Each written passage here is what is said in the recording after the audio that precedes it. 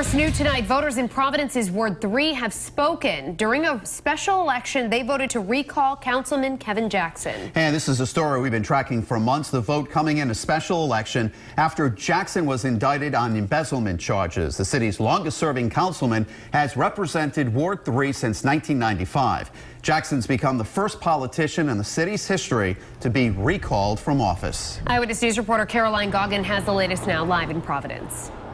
Well, Shannon and Mike, unofficial results show about 17% of Ward 3 came out to vote in today's election. A Board of Elections representative tells me that's actually a pretty good number considering this is a special election. But get this, here at the Church of the Redeemer, more than 800 people voted in favor of the recall, and just a few dozen voted to keep Jackson in office.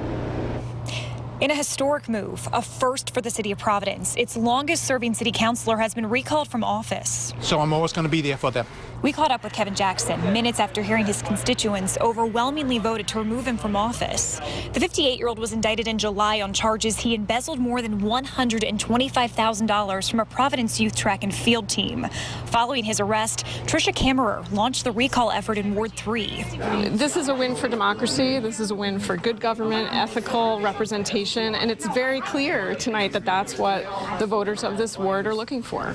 Kammerer tells us it's a shame it got to this point, as did a last-minute voter we spoke with minutes before the polls closed. I think it's distracting because we have a lot of really important issues in the community, but it's necessary because if someone has broken the law, they need to be held accountable.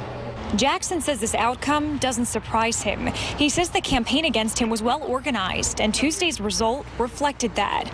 City Council now has to set a special election in the next 90 days. Jackson hopes whoever fills his role won't split the community of Ward 3 or squash the voice of its minority population. Mount Hope is the first African-American community, not only in the city of Providence, but in the state of Rhode Island. Do not let what happened to Benefit Street happen to Mount Hope. We asked Jackson earlier tonight what comes next for him. He says as far as tomorrow is concerned, he's going to wake up at 5 a.m. and go to work. But moving forward, he's just going to pick up where he left off. He's going to do the things he did before he first took office, which was 22 years ago. Reporting live in Providence with the Mobile Newsroom, I'm Caroline Goggin, Eyewitness News.